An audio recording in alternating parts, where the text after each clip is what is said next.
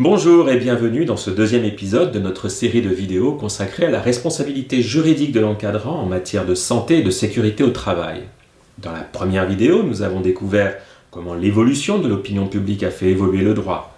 Ce qui était accepté autrefois au nom d'une fatalité économique, comme une sorte de part du feu, est devenu aujourd'hui intolérable.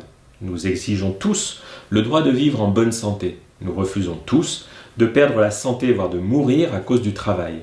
Nous avons vu également comment les systèmes d'assurance prennent en charge la compensation ou la réparation des dommages subis par le salarié dans le cadre de son activité professionnelle. Ce deuxième chapitre est consacré à la responsabilité pénale.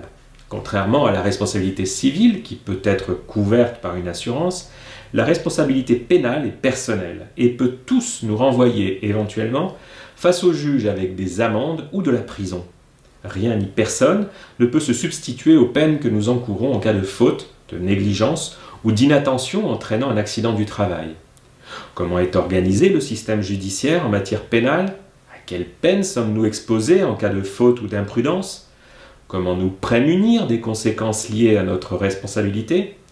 Maître Ledoux nous apporte les réponses. Quant à moi, je vous donne rendez-vous au prochain épisode. Si vous aimez cette vidéo, qu'elle vous est utile, likez-la, commentez-la, partagez-la auprès de vos collègues, de vos collaborateurs, de vos équipes. Bon visionnage!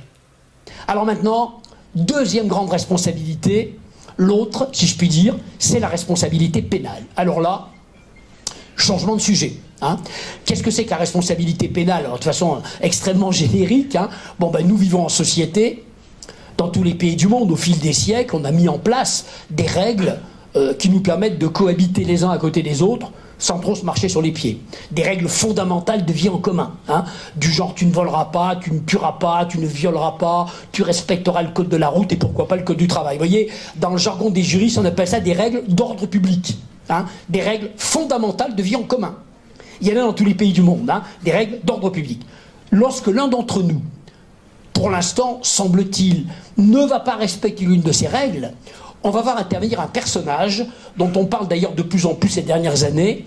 Cet homme s'appelle le procureur de la République. Qu'est-ce que c'est que ce type?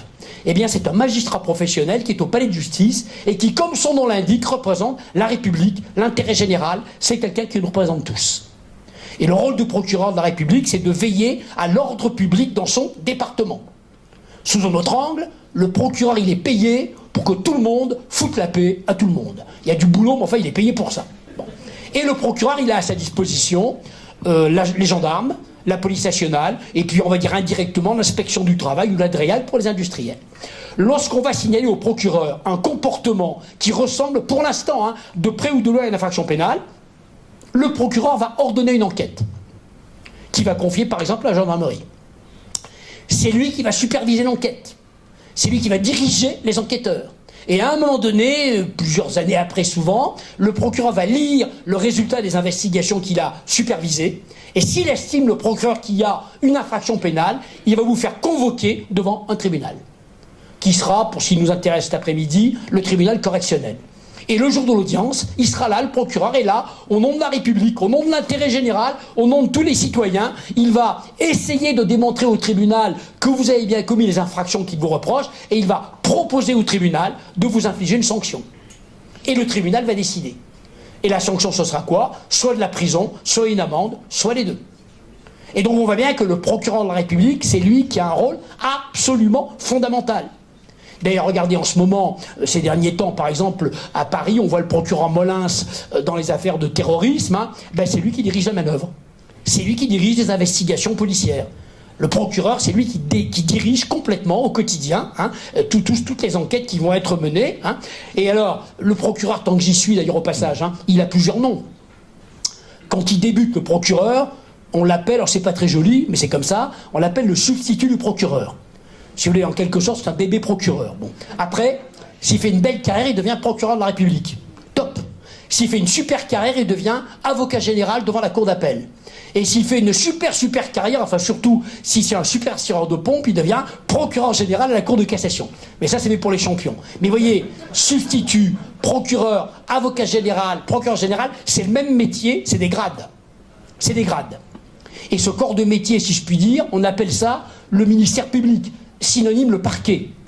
Qu'est-ce que c'est que le parquet? C'est tous les procureurs rattachés à un tribunal ou à une cour d'appel. Par exemple à Marseille, je ne sais pas combien ils sont, à mon avis, à Marseille, ils sont... J'ai rien dit, hein.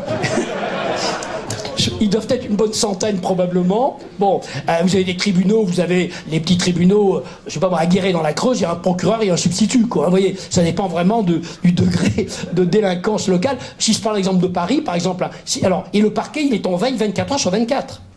Par exemple, à Paris, si vous passez sur l'île de la Cité, à 3h du matin, si vous êtes équipé d'un drone, approchez-vous d'une des tourelles, là, vous verrez une petite lumière jaunâtre, vous approchez de la fenêtre, vous allez voir une grande table, avec une vingtaine de jeunes autour de la table, c'est les substituts qui s'y collent, c'est la nuit, et qu'est-ce qu'ils font?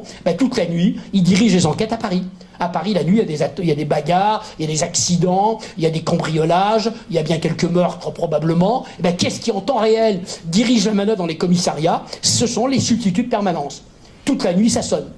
Et il répond, il dirige la manœuvre, celui-là vous le mettez en détention, vous le convoquez demain matin en comparution immédiate, celui-là vous le libérez, celui-là vous le mettez en salle de dégrisement, toute la nuit, toute la journée d'ailleurs, en permanence, c'est le parquet, les substituts en général, en province, le substitut dans un petit patelin, il va dormir avec son portable sur sa table de nuit. Et s'il se passe quelque chose dans le département, une fois tous les 15 ans, en Lozère par exemple, il va se réveiller, il va aller, je déconne, hein, il va aller sur les lieux, voir ce qui se passe. Vous voyez? Donc le parquet, c'est vraiment le parquet a un rôle absolument fondamental. C'est eux qui ordonnent les enquêtes, qui les supervisent et qui décident à un moment donné ou pas de vous renvoyer devant un tribunal et qui, devant le tribunal, viennent demander la punition en qualité de représentant de n'importe lequel d'entre nous, de la société, de la République. Ils sont là pour essayer de faire respecter la loi. Mais c'est pas eux qui punissent, c'est le tribunal qui est indépendant donc du parquet. Voilà. Alors, très rapidement, très rapidement, j'ai le temps, je vais essayer de vous décrire à toute vitesse une espèce de procédure type. Bon, imaginons un accident. Je me dépêche parce que... Alors, imaginons un accident. On va prendre un accident qui a par exemple une chute de hauteur sur un chantier. Il y a un chantier, il y a un compagnon, un ouvrier qui tombe, il est à plus de 4 mètres de hauteur, il tombe et il est très grièvement blessé. Bon, quand il y a un pépin de ce type-là, on appelle les pompiers ou le SAMU.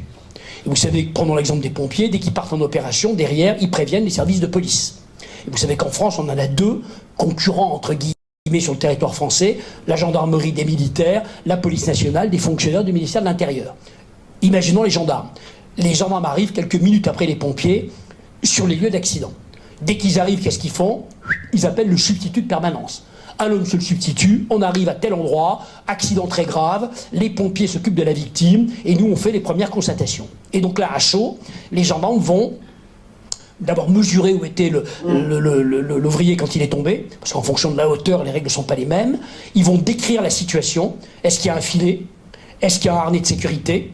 Ils vont photographier ce qu'on pourrait appeler la scène de crime, des vraies photos. Hein. Ils vont également photographier la victime, décrire son équipement. Est-ce qu'il a un casque? Est-ce que le casque a une jugulaire? Est-ce qu'il a des gants? Est-ce qu'il a des chaussures de sécurité?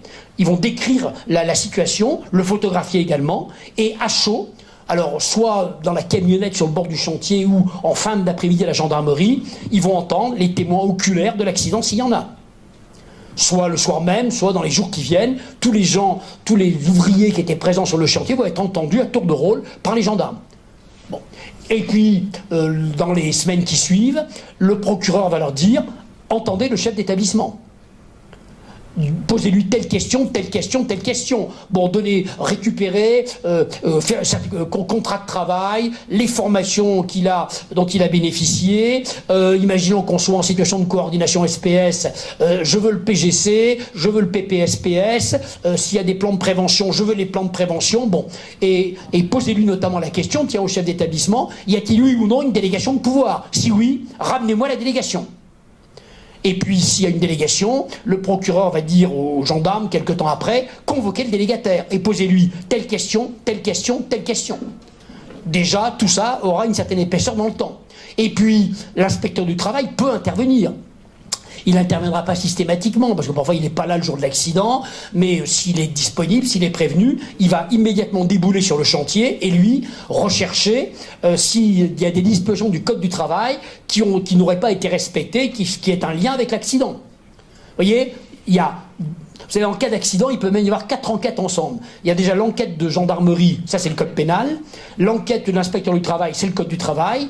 L'enquête du CHSCT, c'est la recherche de l'arbre des causes, la causalité. Et puis il peut même y avoir l'enquête de la caisse primaire d'assurance maladie qui va se poser la question du caractère professionnel de l'accident. On peut avoir, dans le cas le plus complet, 4 enquêtes en parallèle, mais qui n'ont pas les mêmes objectifs les unes des autres. Donc si l'inspecteur du travail déboule, il va rechercher, il va regarder à quelle hauteur était l'échafaudage, est-ce que la liste et la sous-liste de l'échafaudage étaient à hauteur réglementaire, est-ce qu'il y avait, lui aussi va se poser la question des mesures de protection collectives ou individuelles si le collectif n'était pas possible de mettre un. Bon, il va se poser, et donc tout ça va durer un certain temps. Et il va y avoir des auditions, il peut y avoir des expertises. Alors, il y a une autre catégorie d'accidents. Si l'accident est provoqué, par exemple, sur un matériel, sur une machine, l'inspecteur du travail peut très bien enjoindre à l'employeur de saisir un bureau de contrôle, du genre APAV ou Norisco, pour que l'organisme de contrôle, le vérificateur, contrôle la conformité de l'installation. Donc vous allez recevoir une injonction, vous allez devoir saisir l'organisme vérificateur. Dès que vous avez le rapport, vous devrez l'envoyer à l'inspecteur du travail. Et là, le vérificateur va se prononcer sur la conformité ou pas des installations. Et c'est souvent là-dessus qu'il va se fonder pour dresser un procès-verbal s'il estime que le matériel n'est pas conforme. Bon, il y a toute une série, dans les accidents très graves, à chaud, le procureur peut très bien, dès le jour de l'accident, désigner un expert judiciaire. Un ou plusieurs experts qui vont venir sur le terrain, à chaud, pour essayer de comprendre le mécanisme accidentel. Il y a quelque temps, on avait un accident, je ne sais plus trop où, dans le Massif central, un immeuble qui s'est effondré en construction. Eh bien, l'immeuble a dû s'effondrer à 11h du matin. À 16h30, plusieurs experts étaient sur le terrain pour essayer de comprendre pourquoi l'immeuble s'était effondré. Il y avait eu 2 morts, donc ça justifiait en tous les cas une intervention immédiate pour bien comprendre éventuellement la causalité de l'accident. Alors, cette procédure pénale, elle va durer. Cette enquête pénale, elle peut durer 3 mois, 6 mois, 1 an. Ça dépend naturellement de la complexité de ce qu'il va y avoir à constater. Et puis ça dépend de l'endroit où ça va se passer. Hein, parfois, les moyens du système judiciaire sont plus importants à tel endroit qu'à tel autre. Bref. Donc, voilà. Et alors là, au passage, deux remarques d'avocat. Première remarque, très souvent on nous dit « J'ai été entendu par les gendarmes, ils n'ont pas voulu me donner une copie de ma déposition. » Ah ben c'est normal. Puisque je vous rappelle que tant que le procureur n'a pas pris de décision, eh bien, la procédure pénale, elle est secrète. Personne n'a accès au dossier. Les seuls qui ont accès au dossier, c'est le procureur et les enquêteurs. Personne. Nous, les avocats, on n'a pas accès au dossier. Vous comprenez pourquoi, parce que là, je vous parle de l'accident, mais si on parle de trafic de stupéfiants, à l'occasion de l'enquête, il y a parfois des gens... Merci. C'est vrai, oui, non, vous avez raison, c'est le bonheur au travail avec vous. Ouais. Parfois, vous voyez, il y a très souvent des gens qui sont sous écoute, par exemple, si les avocats avaient accès au dossier, à tout le dossier en tous les cas, on comprend bien qu'il pourrait y avoir des fuites, donc personne n'a accès au dossier. Nous, les avocats, on peut savoir où est le dossier.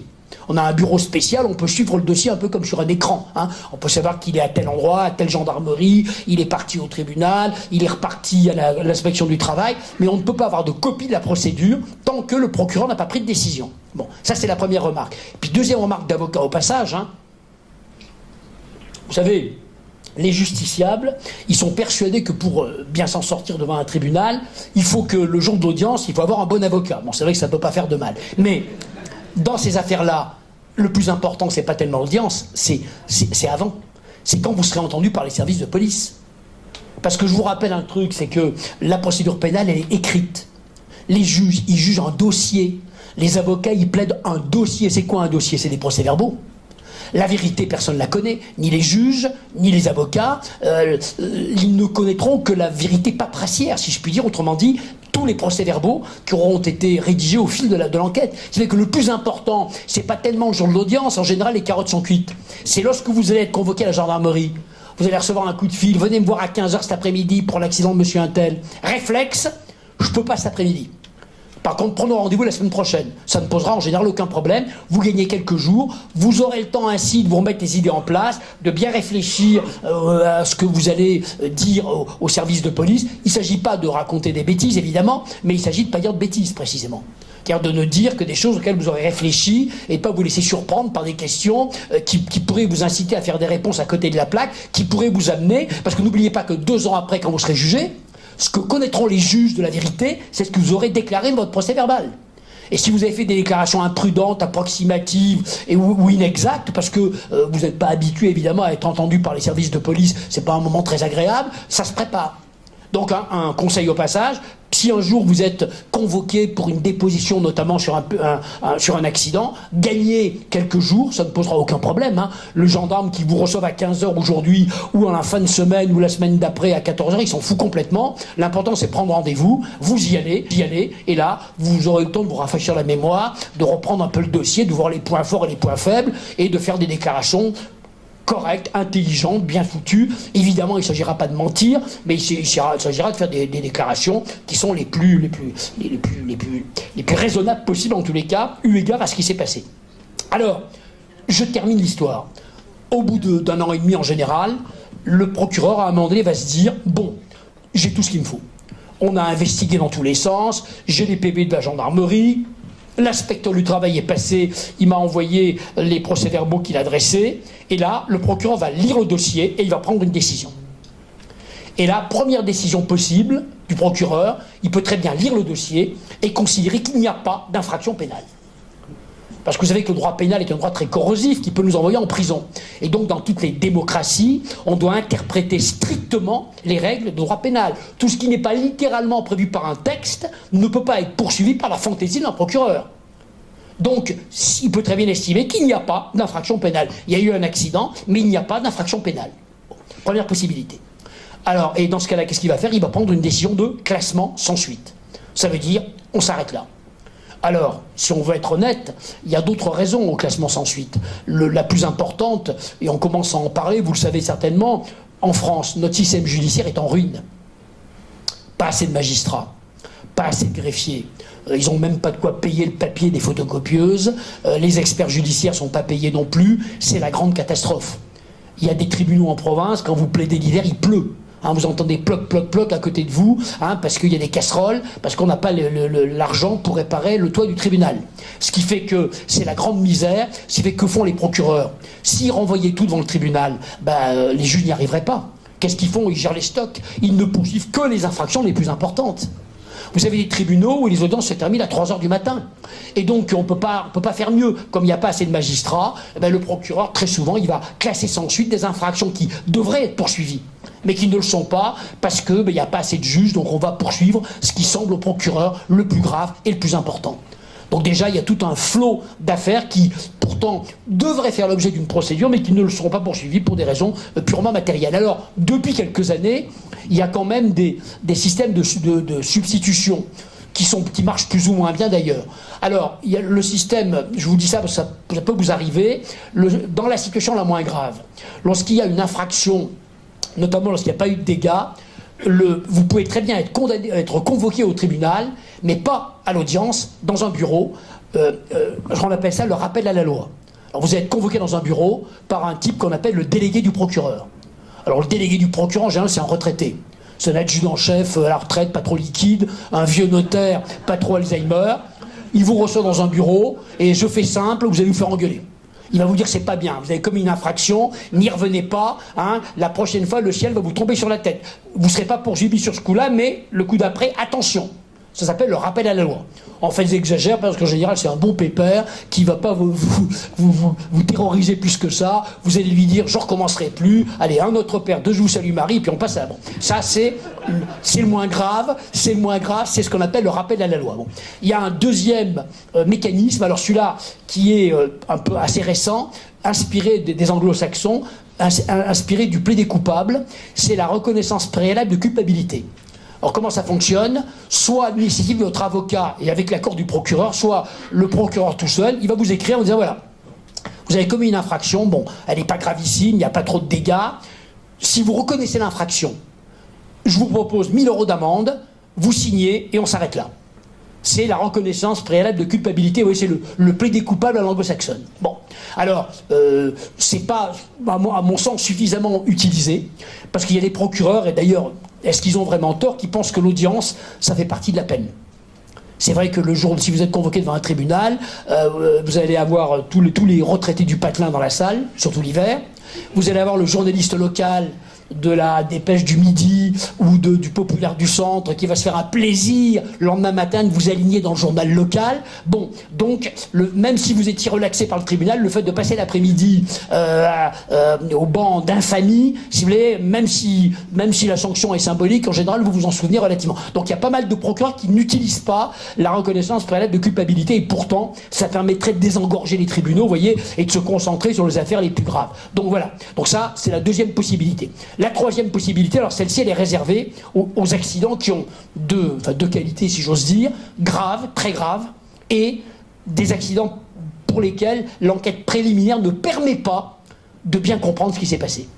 Parfois, vous pouvez bien enquêter pendant 2 ans, vous n'êtes pas certain de la cause de l'accident. L'exemple classique, par exemple, sont les explosions.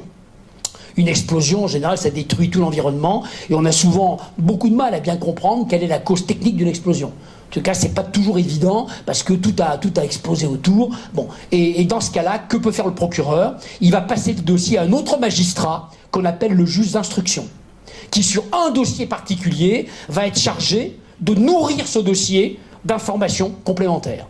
Expertise, contre-expertise, audition, confrontation, pour que on arrive, si c'est possible, à bien comprendre ce qui s'est réellement passé. Alors c'est réservé aux accidents très graves et, je le répète, des accidents pour lesquels la cause de l'accident n'est pas limpide. Hein. Parfois, il y a des accidents très graves où on comprend très bien ce qui s'est passé. Vous avez un échafaudage qui se décroche, immédiatement on comprend qu'il a été mal monté. En principe, il n'y aura pas d'instruction pénale. On ira directement devant le tribunal. Mais là, quand on ne comprend pas avec certitude les causes et l'ensemble des responsabilités, eh bien, transmission du dossier à un juge d'instruction. Et d'ailleurs, à la fin du travail du juge d'instruction, il y a encore un carrefour, puisque si le juge d'instruction estime qu'il n'y a pas d'infraction pénale à son tour, ou qu'il n'arrive pas à en trouver une, il va prendre une ordonnance de non-lieu. Ça veut dire qu'il n'y a pas lieu à poursuite. Vous voyez, l'ordonnance de non-lieu, c'est comme le classement sans suite, mais c'est après le travail du juge d'instruction. Bon. Et puis, dernière possibilité pour le procureur, c'est quasiment 95% des affaires. Le procureur va lire le dossier et il va se dire « j'ai tout ce qu'il me faut ». Les gendarmes m'ont fait une enquête nickel, très précise. L'inspecteur du travail est allé sur le terrain. Il m'a fait la liste de toutes les infractions au code du travail. Allez, c'est clair, c'est net. Et là, il va vous faire directement convoquer devant le tribunal correctionnel. Et on appelle ça une citation directe. C'est l'immense majorité des affaires. Elle ne passe pas par un juge d'instruction. C'est directement, j'allais presque dire, du producteur, les flics, au consommateur, le tribunal, sans intermédiaire. Et donc, citation directe, vous êtes directement convoqué devant le tribunal correctionnel. Alors, je termine l'histoire. Vous êtes convoqué à 14 h devant le tribunal correctionnel de votre département. Les juges sont à la place de l'écran, là. Ils sont 3. Un président, 2 assesseurs. À un moment donné, on va appeler votre affaire. Alors, parfois, vous allez poireauter l'après-midi entière et on va vous appeler à 18 h, 18 h 30. Après si vous êtes fumeur, vous aurez fumé 3 paquets de cigarettes tellement que vous allez attendre le moment. On va vous appeler, vous allez vous approcher de la barre, le président va vérifier votre identité, votre adresse, il va vous demander ce que vous faites aujourd'hui. Parce que ce que vous faisiez à la date de l'accident, il le sait, c'est dans le dossier. Mais parfois, le procès a lieu 3 ans après, 4 ans après. Parfois vous êtes à la retraite, parfois vous avez changé d'entreprise, et souvent vous avez évolué dans votre entreprise, donc il va vous demander ce que vous faites à la date de l'accident. Il va également vous demander fréquemment ce que vous gagnez. Alors attention, il vous demande ça pour fixer le cas échéant le montant de l'amende. Alors un petit conseil à les immolos. Et un petit conseil, comme ça vous ne serez pas venu pour rien, annoncez votre salaire en net sans le dire, évidemment. Vous pouvez même vous permettre un petit abattement de 10%, ils n'auront aucun moyen de contrôler. Par contre, il ne faut pas rougir, hein. Il faut vous entraîner dans votre glace. Si vous avez écarlate en mentant comme un... Non, donc voilà. Bon. Donc, mais vous allez voir, ils vont noter dans un petit coin du dossier, parce que toutes les amendes sont toujours indexées sur les revenus. C'est logique, ils sont un peu raisonnables, les magistrats, donc ils vont tenir compte de ce que vous gagnez pour, s'ils envisageaient de vous coller une amende, pour vous coller une amende en fonction de vos revenus. Bon, alors une fois que les présentations sont faites, le président en général, il va rappeler les faits de l'accident. Il va le déroulé de l'accident, le mécanisme accidentel. Il va en général aussi rappeler ce que les autres ont déclaré à l'occasion de l'enquête préliminaire. Et là, je me réfère à ce que j'ai dit tout à l'heure, hein, ce que vous aurez déclaré 2 ans avant, le magistrat l'aura dans un procès verbal sous son nez. Et en général, il va récapituler ce qui s'est passé, puisque les uns et les autres ont déclaré. Il va parfois rappeler ce que l'inspecteur du travail a dressé comme PV. Et puis ensuite, il va vous appeler, vous dire, écoutez monsieur, expliquez-vous. Vous êtes poursuivi pour homicide involontaire, infraction au code du travail, telle infraction, telle infraction, telle infraction, expliquez-vous. Et là, vous allez vous expliquer. Alors, soit vous allez contester, soit vous allez accepter un certain nombre de choses, vous allez surtout, le plus important, c'est contextualiser. Parce que le magistrat, la plupart du temps, il ne sait pas exactement ce que vous faites. Il ne sait pas exactement quelle est votre profession, quelles sont vos contraintes. Hein.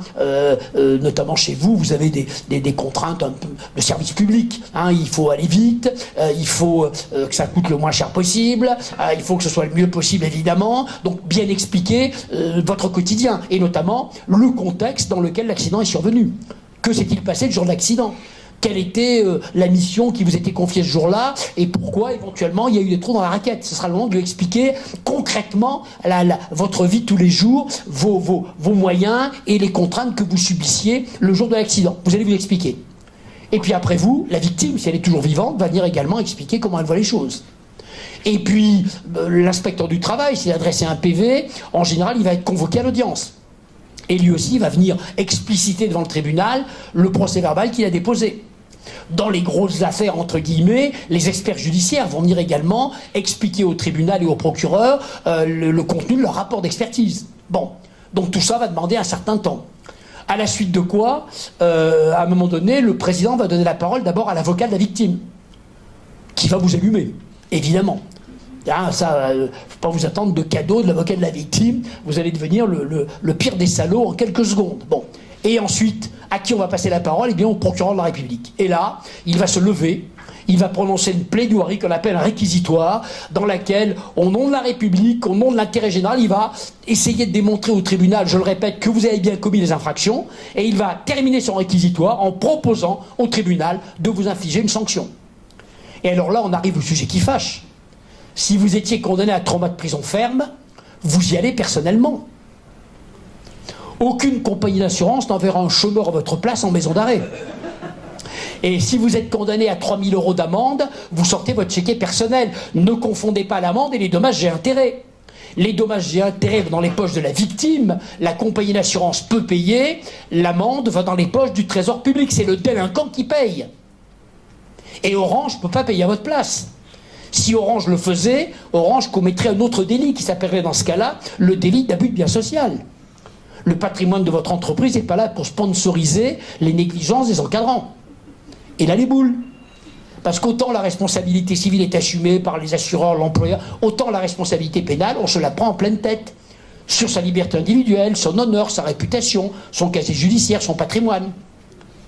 Et c'est pour ça que la responsabilité pénale, j'allais presque dire qu'elle défrise un maximum, parce qu'on est seul devant un tribunal. Hein.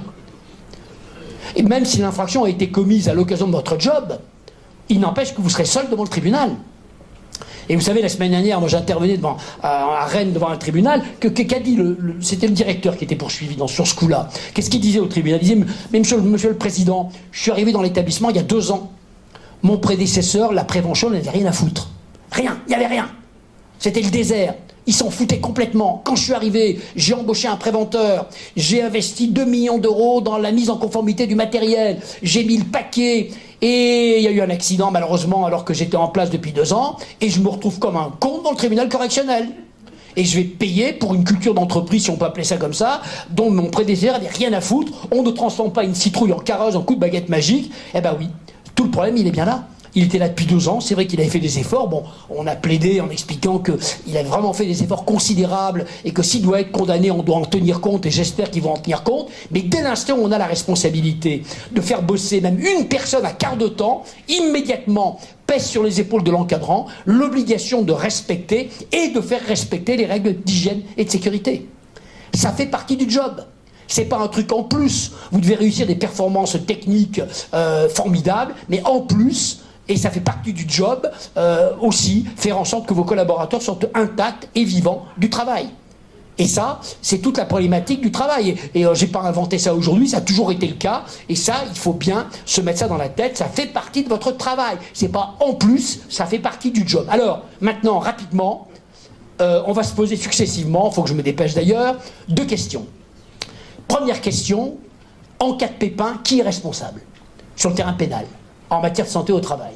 En cas d'accident, qui pourrait se retrouver dans le tribunal correctionnel? Et puis après, on se posera une deuxième question. Qu'est-ce qu'un juge vous demanderait d'avoir fait ou de ne pas avoir fait? Alors, on va survoler, évidemment, si survenait un accident. Alors, première question, en cas de pépin, qui peut être responsable? Alors là, écoutez bien, parce qu'en général, en entreprise, on est radicalement à côté de la plaque en général. Bon. Quand on parle de responsabilité pénale en matière d'hygiène et de sécurité, il faut savoir que sur ce terrain-là, on est soumis à l'application de 2 codes. Vous savez que les lois, on les a codifiées. Il doit y avoir pas une centaine de codes en circulation. Si on parle de santé au travail, il y en a pas 100, il y a 2 codes qui vont s'appliquer en même temps et la plupart du temps cumulativement. On a d'un côté le code du travail et de l'autre le code pénal. Code pénal, code du travail, code du travail, code pénal. Quand je vous parle du code du travail, je vous parle d'une partie du code du travail. Parce que dans le code du travail, il y a plein de dispositions qui traitent du contrat de travail, de la rupture du contrat de travail, de la représentation du personnel, mais il y a une partie du code du travail qui, depuis 2004, est la 4e partie du code du travail, qui traite uniquement d'hygiène, de santé et de sécurité au travail. Et maintenant, quand je vais dire code du travail, comprenez, entendez, 4e partie du code du travail. Alors, qui est responsable au titre du code du travail et qui est responsable au titre du code pénal? Au titre du code du travail, donc 4e partie, allez, c'est relativement simple, puisqu'il est écrit quelque part dans cette 4e partie du code du travail que le responsable pénal de l'application des dispositions du code du travail, pour l'instant je ne parle que de ça, c'est l'employeur ou son délégataire. L'employeur ou son délégataire, soit l'un, soit l'autre. L'employeur, c'est qui? C'est la personne qui dirige l'entreprise, la personne physique. Pas le PDG, le gérant de la SARL, le maire de la commune, le président du conseil général, le président d'une association. C'est la personne qui dirige l'entreprise, pas l'établissement, hein, l'entreprise. Bon, l'entreprise. Bon. Ou, attention, la personne morale elle-même. Alors là, c'est un peu subtil. Soit la personne qui dirige l'entreprise aura commis une faute personnelle dans l'arbre des causes de l'accident, et dans ce cas-là, c'est elle qui ira devant le tribunal, soit elle n'a pas commis de faute personnelle, et c'est la personne morale, Orange par exemple chez vous, qui serait poursuivie. Soit Orange, ou soit le PDG d'Orange, soit la personne titulaire d'une délégation de pouvoir. Et alors là, à l'occasion de l'enquête, à un moment donné, la question va être posée. Si l'inspecteur du travail intervient, il va à un moment donné vous dire « j'envoie un procès-verbal au procureur de la République », envoyez-moi un extrait cabis, ça c'est pour savoir qui est la personne morale, et dites-moi qui est la personne pénalement responsable. Sous-entendu, s'il y a une délégation de pouvoir, il faut me l'envoyer tout de suite. Ou alors, si l'inspecteur du travail n'intervient pas, un des officiers de police judiciaire, à un moment donné, va poser la question, y a-t-il, oui ou non, une délégation de pouvoir? Alors là, il y a 2 réponses possibles. Non, il n'y a pas de délégation de pouvoir, dans ce cas-là c'est clair, c'est l'employeur qui ira devant le tribunal correctionnel. Si la réponse est oui, il y a une délégation de pouvoir, alors là, l'histoire n'est pas terminée. Car les enquêteurs et le tribunal doivent vérifier que derrière la délégation de pouvoir qu'on leur met sous le nez, l'homme qu'on leur présente a bien la compétence, l'autorité, les moyens, et j'ajoute une pincée d'autonomie lui permettant d'exercer pleinement sa délégation de pouvoir. Compétence, autorité, moyens. Alors, quelques mots sur la délégation de pouvoir.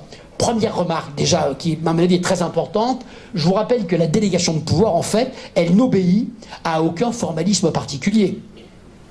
Une délégation de pouvoir, elle peut très bien ressortir d'un organigramme bien fait, d'une définition de poste suffisamment précise, ou d'un contrat de travail bien rédigé.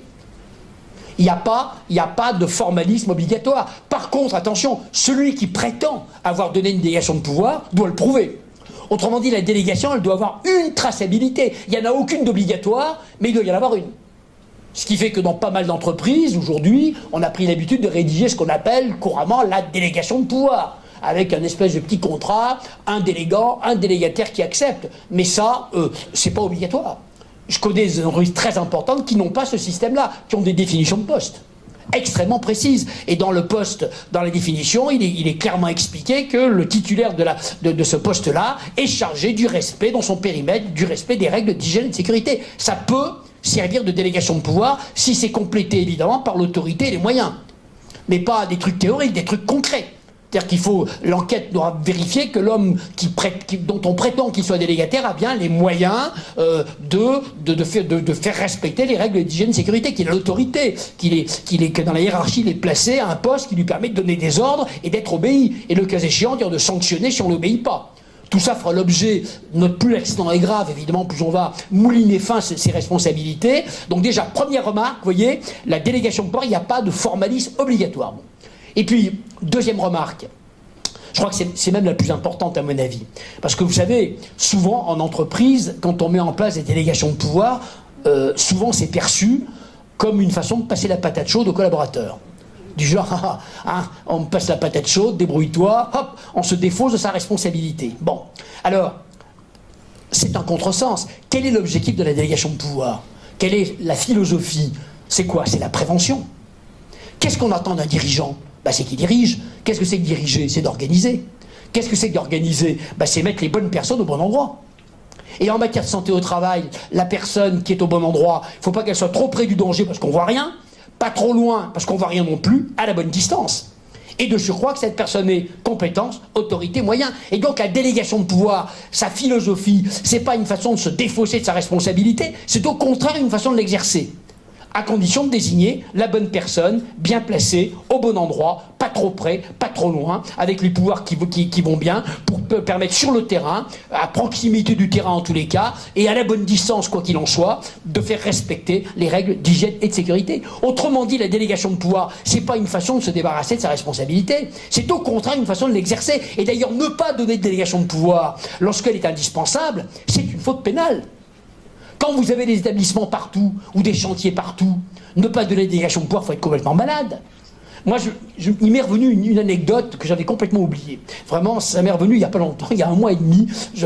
Il y a très longtemps, j'étais jeune avocat, et je me rappelle d'être allé plaider une affaire à Nanterre, dans le tribunal de Nanterre. Et juste avant que je passe, était poursuivi, je m'en souviens maintenant, Francis Bouygues. Vous savez, le patron de Bouygues. Alors c'était il y a 25 ans, à l'aise. Et à l'époque, Bouygues était une entreprise de construction très importante, mais c'était pas ce que c'est aujourd'hui. C'était vraiment du bâtiment. Et le père Bouygues, c'était il était là dans le tribunal, le torse bombé, un mâle dominant. Il disait au tribunal, moi, je donne jamais de délégation de pouvoir. C'est moi le patron, donc quand il y a un pépin, j'assume, condamnez-moi. Les collaborateurs, tout le monde, les compagnons, tout le monde derrière moi, allez-y, crucifiez-moi, c'est moi le coupable. Le mec, pas moyen. Il dit, moi je donne jamais de délégation, parce que c'est moi le patron, ça fait mal, cette boîte je l'ai créée de mes mains, donc il n'est pas question que mes collaborateurs soient poursuivis, c'est moi. Il s'est fait massacrer par le tribunal. Le procureur lui a dit, mais monsieur Bouygues, vous êtes un fou furieux. Vous avez des chantiers dans toute la France. En région parisienne, il y a des chantiers partout. Et vous voulez me dire que de votre siège social, vous êtes capable de vérifier si l'échafaudage est à la bonne hauteur, si la tranchée est étayée ou pas étayée en fonction de la profondeur et de la qualité du terrain. Mais comment on peut vous vérifier ça? Mais vous êtes en danger public.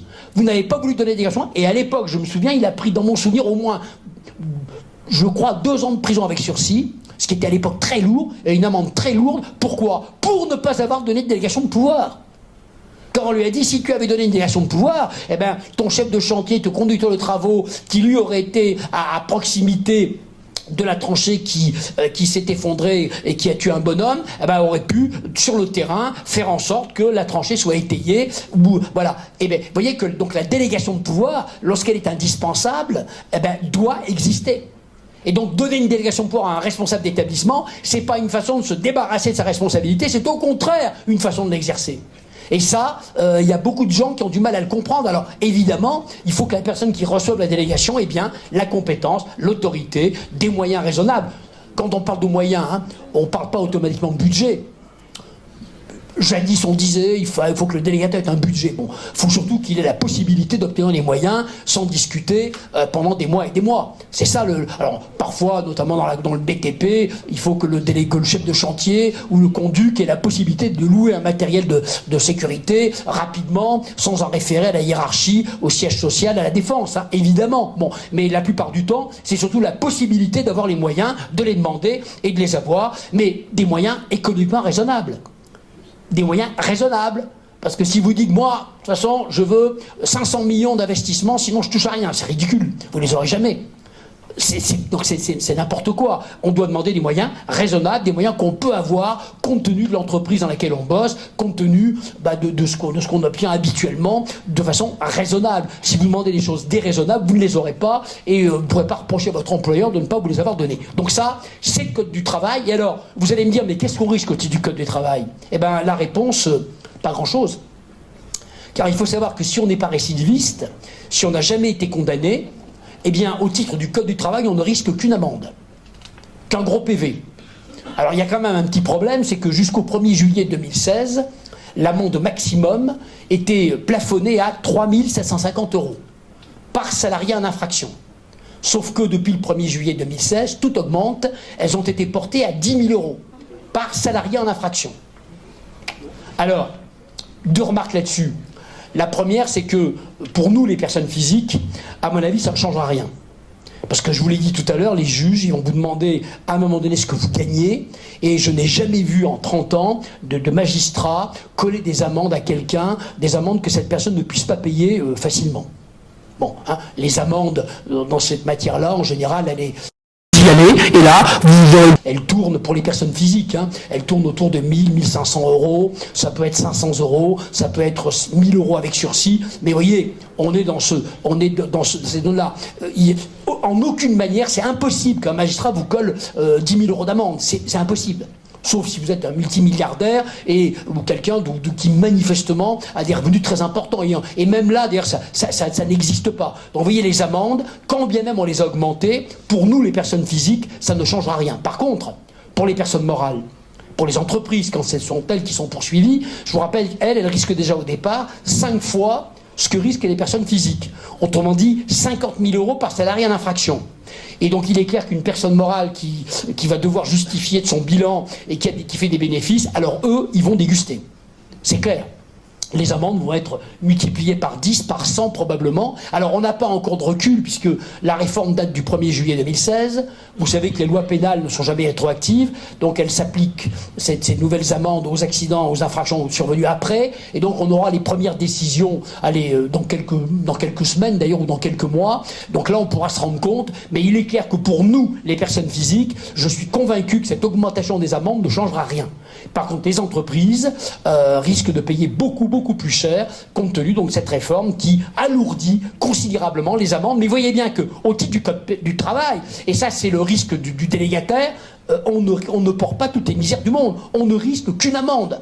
Et je dis bien un gros PV. Sauf que, ce qu'on oublie toujours, c'est qu'à côté du Code du travail, il y a l'autre code, le Code pénal.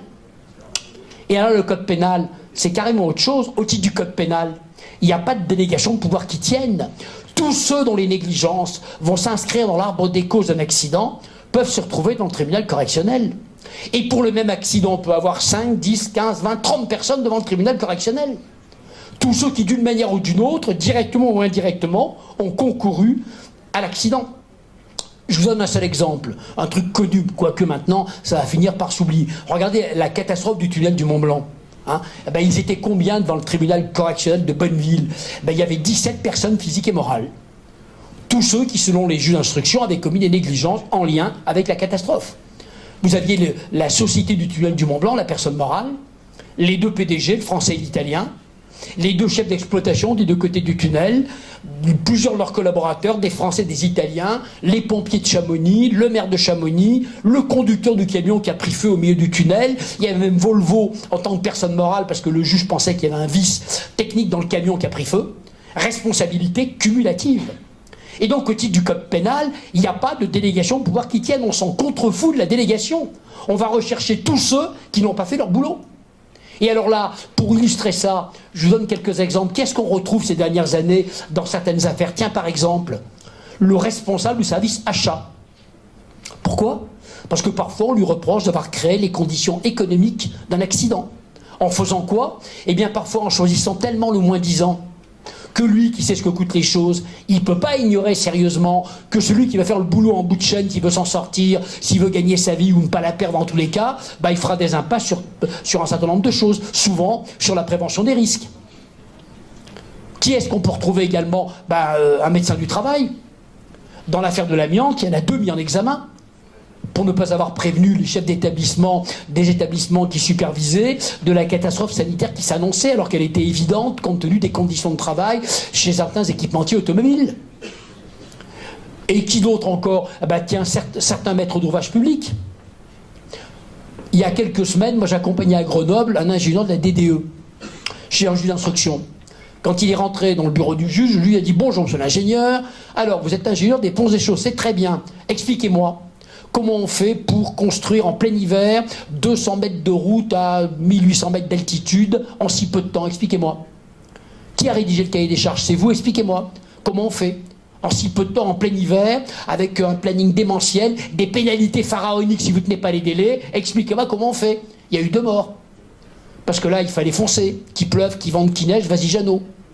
En plus, dans une période où les boîtes de BTP étaient prêtes à accepter tout n'importe quoi pour faire bosser leurs gars, donc il y avait eu des candidats, il n'y a pas de problème. Eh bien, il y a eu 2 morts, il est sorti en pleurant de chez le juge, mis en examen pour homicide involontaire. Il sera jugé dans les mois qui viennent devant le tribunal correctionnel pour homicide involontaire avec le patron de l'entreprise qui a perdu ses 2 ouvriers, mais il va l'accompagner pour avoir créé les conditions économiques et organisationnelles de l'accident. Et quand je dis tout le monde, même un simple salarié. J'ai un exemple, il y a 1 an et demi, à Rennes, gros chantier de BTP. L'histoire est la suivante en 2 mots. Le matin de l'accident, il y a un camion qui vient déverser en bordure du chantier plusieurs tonnes de ferraille pour faire du béton armé. Bon. Et il fallait transporter ce ferraillage à un autre bout du chantier. Donc il y a une grue qui en est chargée, il y a un élingueur qui attache la charge, qui fait signe au grutier de remonter la charge, qui la transporte à l'autre bout du chantier, elle est posée par terre, et là il y a un 2e élingueur qui désélingue, et puis il fait signe au grutier de remonter les élingues libérées, sauf qu'une des élingues accroche un bout de la charge qui dépassait, c'était de la ferraille, ça ressoulève la charge quelques instants, qui retombe immédiatement, qui tombe sur un type à côté qui meurt dans des conditions épouvantables, littéralement crucifié par 2,5 tonnes de ferraille qui lui tombent sur la tête. Bon. Eh bien, qu'est-ce qui s'est retrouvé dans le tribunal correctionnel? Alors, c'était un peu étrange, mais logique, si je puis dire, uniquement le petit élingueur. Pourquoi? Parce que 8 jours avant l'accident, il avait bénéficié d'un rappel de formation d'1 semaine où on lui avait rappelé tous les gestes de l'élingage et du désélingage, et notamment les modes opératoires, et notamment le fait que lorsqu'on a libéré les élingues, notamment quand il y a des points saillants, on doit serrer les élingues dans la phase où la grue remonte les élingues libérées, pour éviter qu'elles s'accrochent à la charge. Ça fait partie du mode opératoire de l'élingueur, et il y avait des pictogrammes, on avait tout le programme de formation, il avait signé chaque jour de cette formation. Il s'est retrouvé tout seul dans le tribunal. Ni le conducteur de travaux, ni le chef de chantier, ni le patron de l'entreprise, d'ailleurs, n'ont été poursuivis. Il s'est retrouvé tout seul. Et d'ailleurs, il a été condamné à 6 mois de prison avec sursis. Uniquement. Pas d'amende. Il avait des revenus tellement modestes que le tribunal a voulu... la prison avec sursis, ça coûte rien, si je puis dire. Pas d'amende, parce qu'il avait un salaire tout à fait minimum. Donc voilà. Mais voyez que, au titre du code pénal, personne ne peut dire ici ou là, ça ne me concerne pas.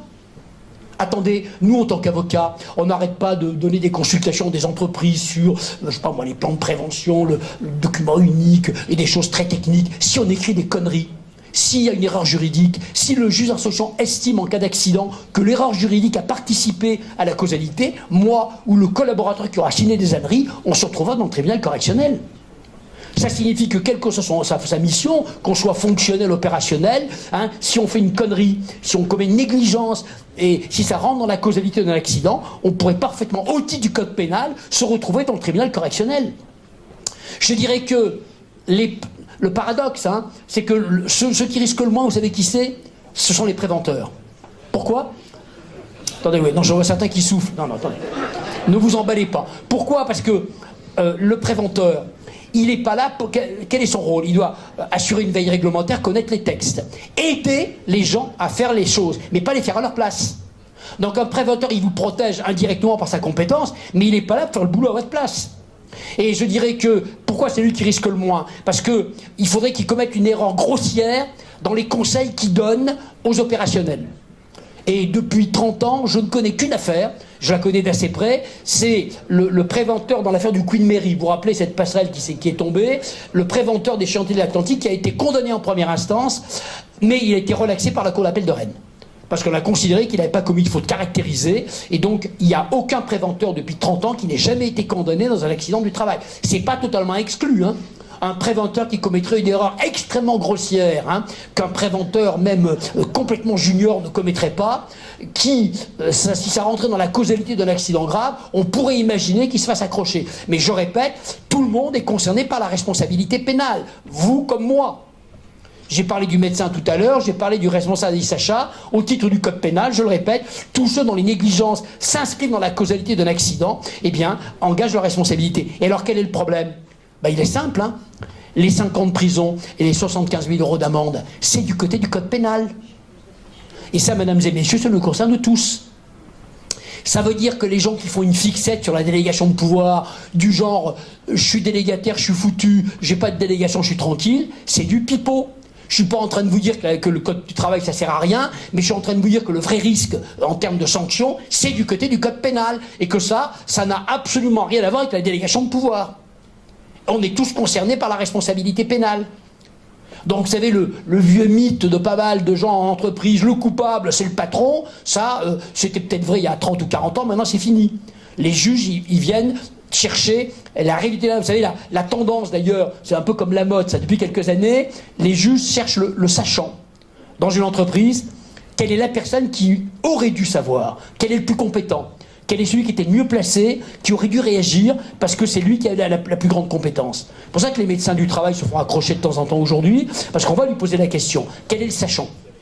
Et ça ne sera pas automatiquement le chef d'entreprise, ce ne sera pas automatiquement le directeur. Parce que le directeur, il a plein de choses à faire, il gère, il dirige, parfois, enfin même souvent, il est dans une démarche commerciale. On va chercher celui qui est à la bonne distance, qui aurait dû voir, qui n'a pas vu, et qui à ce moment-là, à qui on va reprocher une négligence. Donc vous voyez, je récapitule en tous les cas pour aller vite. En cas de pépin qui est responsable, code du travail, un seul coupable, l'employeur ou son délégataire. Et là, 10 000 € d'amende maximum par salarié en infraction. Et puis code pénal, eh bien, tous ceux dont les négligences s'inscrivent dans la causalité de l'accident, tarif au maximum, c'est le maximum du maximum évidemment, 5 ans de prison, 75 000 € d'amende. Alors, maintenant, deuxième et dernière question, rapidement, qu'est-ce qu'un juge nous demanderait d'avoir fait ou de ne pas avoir fait si survenait un accident? Bon. Alors là, je vais survoler ce que je fais toujours pour répondre à cette question, c'est que je vais prendre un des délits du code pénal. Parce qu'en fait, dans le code pénal, il n'y a que 3 délits qui nous intéressent. Hein. Il y a la mise en danger d'autrui. Bon, je la mets de côté, j'en ai un peu parlé tout à l'heure, mais c'est un peu spécial. Mais il y a surtout 2 délits. Bon, qui sont intéressants, parce qu'ils sont dans le code pénal depuis quasiment 150 ans. Et puis, j'en ai peut-être déjà parlé d'ailleurs. Ils sont labourés par la jurisprudence. Ce sont les délits d'homicide et de blessure involontaire. Alors, on dit aussi homicide ou blessure par imprudence. C'est la même chose. Bon. D'un côté, la victime est décédée. De l'autre côté, elle est seulement blessée. Je vais prendre évidemment le délit le plus grave, je vais prendre le délit d'homicide involontaire, je vous donne la définition comme ça en continu, puis après je l'examine rapidement, tronçon par tronçon. Que dit le texte? Le texte dit la chose suivante, je cite. Tous ceux qui, par imprudence, négligence, maladresse, inattention ou manquement à une obligation de prudence et de sécurité imposée par la loi ou le règlement cause la mort d'autrui, eh bien risque jusqu'à 5 ans d'emprisonnement et 75 000 € d'amende. Bon. Alors vous avez bien entendu, le code pénal commence par la formule « tous ceux qui ». Le code pénal ne dit pas le chef, le code pénal ne dit pas le directeur, le code pénal dit bien « tous ceux qui ». On est tous concernés ici. Responsabilité cumulative. Personne n'est visé en particulier, on est tous concernés. Regardez le code du travail, tout à l'heure c'était l'employeur ou son délégataire, là c'est précis. L'employeur on sait qui c'est, le chef d'établissement, le chef d'entreprise, il a un nom. Hein. La personne morale, elle a un nom.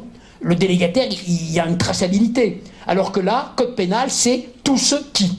Ça se confirme, personne n'est visé en particulier, on est tous concernés. Je continue. Tous ceux qui par imprudence, négligence, maladresse, inattention. Et là, 2 remarques. Même si on risque jusqu'à 5 ans d'emprisonnement, le code pénal ne dit pas non plus tous ceux qui font exprès. Attendez, si vous faites exprès, c'est la cour d'assises. On ne parle pas de ça. On est en train de parler de ce qui s'appelle un délit involontaire. Vous savez ce que c'est qu'un délit involontaire? C'est un délit dans lequel le délinquant, il ne veut pas tuer, il ne veut pas blesser, mais il ne respecte pas une règle du code de la route, ou du code du travail, ou une règle élémentaire de prudence, et sans qu'il l'ait voulu au départ, le non-respect de la règle va provoquer la mort de quelqu'un. L'exemple classique, c'est l'accident de la circulation. Enfin, je sais pas, tiens, vous allez peut-être bosser chaque matin en voiture, en partant de chez vous. Vous ne vous dites pas, du moins je l'espère, tiens, ce matin, je vais me faire une vieille dame. Encore que vous, j'en sais rien. J'en sais rien. Non. Allez, vous partez de chez vous, vous êtes un peu en retard, vous êtes un peu à la bourre, vous surveillez les radars, les flics, mais vous ne vous dites pas, je vais m'en faire une ce matin. Elle va traverser, vous allez la culbuter, mais enfin bon, vous n'avez pas voulu, vous la faites. Ben c'est ça, un accident de la circulation. C'est typiquement un délit non intentionnel, hein. Enfin, personne ne veut provoquer exprès un accident de la circulation. Même si on roule trop vite, on n'a pas du tout l'intention de provoquer un accident, hein. Et d'ailleurs, si on a une appréhension, on va lever le pied. Malheureusement, ça peut arriver. Hein, c'est ça, un délit non intentionnel. Donc première remarque, vous voyez, même si on risque jusqu'à 5 ans d'emprisonnement, le code pénal dit pas, c'est un délit non intentionnel. On ne veut pas blesser, on ne veut pas tuer. Première remarque. Deuxième remarque, même si on risque toujours jusqu'à 5 ans d'emprisonnement, le code pénal dit pas non plus tous ceux qui commettent d'énormes erreurs grossières. Non, je sais pas si j'ai bien entendu. Imprudence, négligence, maladresse, inattention. Je continue, je m'en foutisme, inertie, somnolence, tous ceux qui ronronnent, tous ceux qui s'en foutent, tous ceux qui n'arrêtent pas de répéter, si on respectait toutes les règles de sécurité, on n'y arriverait pas.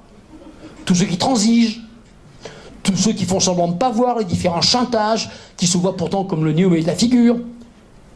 Je suis en train de parler de nous, là, à l'instant de nos transactions, au volant d'une voiture ou au travail. L'être humain est ainsi fait qu'il choisit tout le temps le geste le plus court, le moins fatigant, le plus efficace, le plus rapide, qui évidemment, tout le monde le sait, n'est pas le plus sûr. Ben ça, vous voyez, ça s'inscrivait dans la causalité d'un accident. Dans le pire des cas, enfin on est entre nous là, on n'est pas là, ça pourrait nous valoir 5 ans d'emprisonnement. Imprudence, négligence, maladresse, inattention. C'est déjà arrivé, hein. Regardez, c'était l'année dernière ou il y a 2 ans, on fêtait, enfin si je puis dire d'ailleurs, je crois que c'était les 20 ans de la catastrophe du stade de Furiani. Hein. Eh bien, l'un des 2 protagonistes, le technicien de la Socotec à l'époque, il a pris le maximum du code pénal de l'époque, 2 ans de prison ferme. Pourquoi? Parce qu'il était chargé de vérifier la solidité des sols. On avait rajouté des tribunes mobiles pour mettre plus de monde. Hein. Rappelez-vous, en demi-finale de la Coupe de France, je crois, sur les caméras de télévision, les tribunes mobiles s'effondrent. Il y a eu plusieurs dizaines de morts et puis des centaines, voire des milliers de blessés. Bon.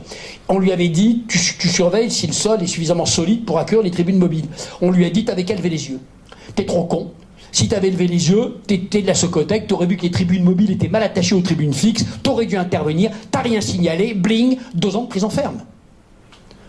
Donc c'est déjà arrivé. Imprudence, négligence, maladresse, inattention.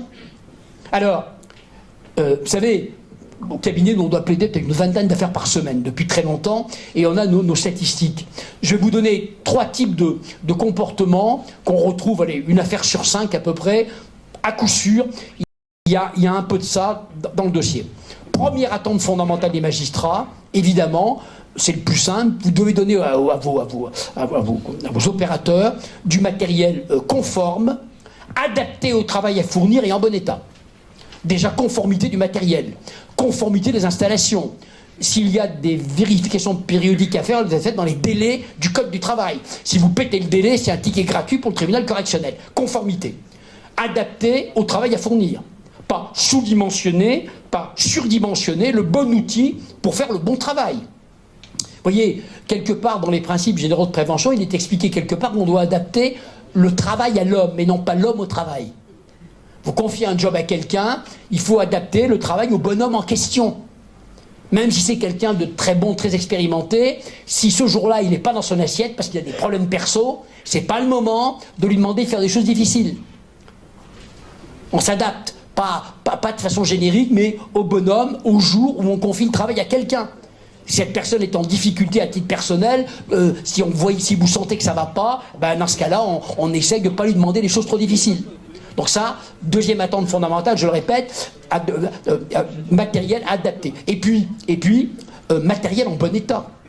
Si vous savez le nombre d'accidents provoqués par du matériel cassé, qui n'a pas été remplacé, le nombre de mains qui passent dans des machines alors que le carter de protection n'a pas été installé, remonté par la maintenance, ou le sera après-demain, ou ne l'a jamais été d'ailleurs, ou le carter est plein de trous, bref, vous seriez affolé. Donc matériel cassé, matériel détérioré, on ne l'utilise plus, tant qu'il n'est pas réparé. C'est un principe qui paraît un petit peu bébête, mais c'est à l'origine d'une multitude d'accidents. Matériel cassé, on arrête, on l'utilise plus, jusqu'à ce qu'il soit remplacé. Ça, c'est la première série. Deuxième attente des magistrats, pour parler des choses qu'on retrouve dans tous les dossiers ou presque, c'est la formation. On doit donner aux opérateurs une formation. Et quand je parle de formation, de chez Formation, avec le nom du formateur, un programme de formation, une fiche de présence à la formation, et je vais pousser le bouchon un peu loin, mais il faut y aller, avec la signature de la future victime en face de son nom. Je vous rappelle que devant un tribunal, tout ce qu'on ne peut pas prouver, ça n'existe pas. Vous aurez beau battre des ailes, je l'ai formé, le juge va vous dire, montre-moi le document, où est la signature du bonhomme? Et attendez, quand je parle de formation, pas du genre livret d'accueil, ne mets pas tes doigts dans la porte, une formation aux modes opératoires, précis.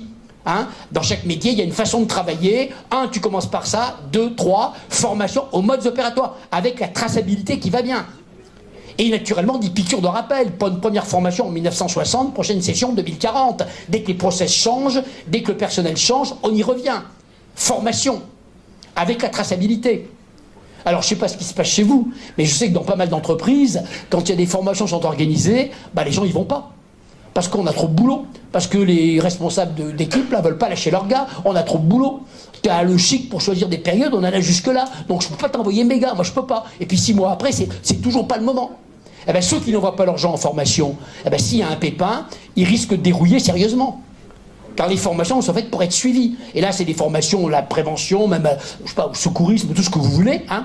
La formation, on doit envoyer ces équipes en formation. Avec la traçabilité qui va bien. Hein. Et la remise en livret d'accueil, c'est pas suffisant. D'abord, c'est une information, ça. Et encore faut-il que ce soit remis, le livret d'accueil, contre la signature du bonhomme qui l'a reçu. Que si un jour il y a un pépin, vous puissiez démontrer qu'il a au moins été informé.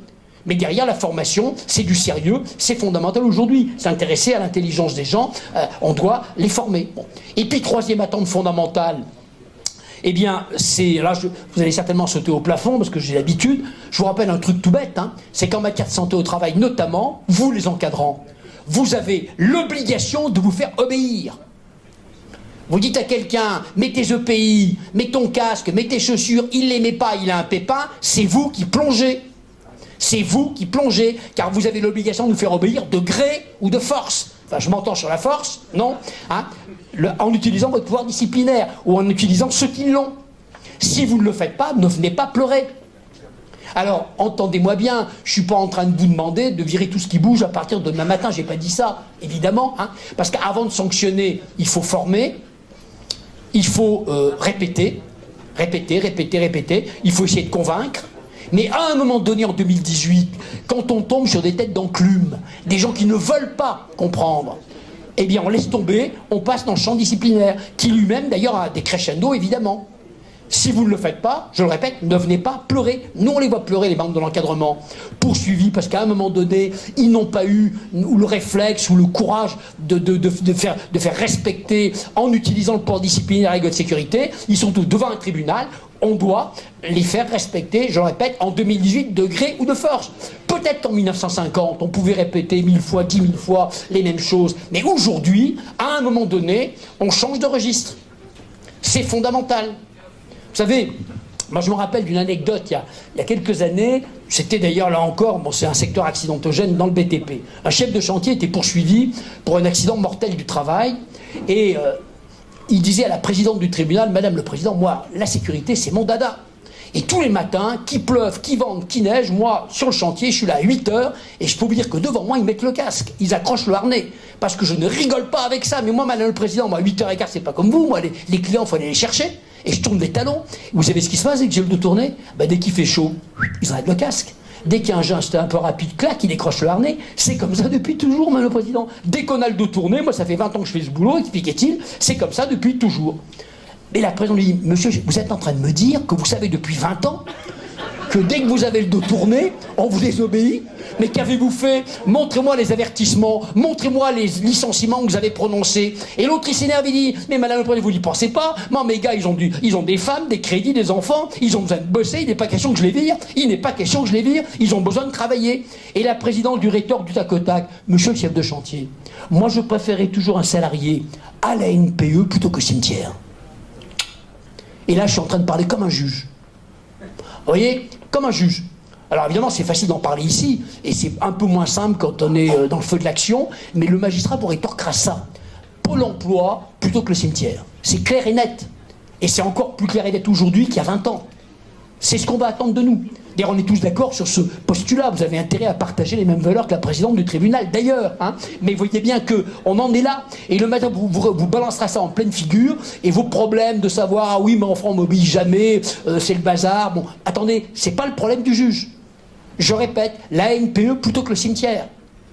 Donc, et je ne suis pas un partisan de licenciement à tout va, mais en 2018, à un moment donné, il faut avoir les idées claires. Hein. D'ailleurs, regardez, en matière de qualité, dans pas mal d'entreprises, on ne va pas tolérer très longtemps un opérateur qui ferait absolument n'importe quoi, qui multiplierait les malfaçons. Vous allez vous lasser assez rapidement de quelqu'un qui fait un boulot dégueulasse. Il ne va pas faire long feu chez vous. Eh bien, du moins je l'espère en tous les cas, eh bien en matière de santé au travail, parfois si, les gens font long feu. Pour peu qu'ils soient courageux, pour peu qu'il ne soit pas emmerdant, pour peu qu'on puisse l'appeler à tout moment, qu'il ne compte pas ses heures et qu'il soit disponible à tout moment et qu'il soit... Il n'y a pas de problème, on s'assoit sur pas mal de choses. Hein. Sauf que le jour où il y a un pépin, le ciel va vous tomber sur la tête. Donc je répète, hein, on doit se faire obéir de gré ou de force.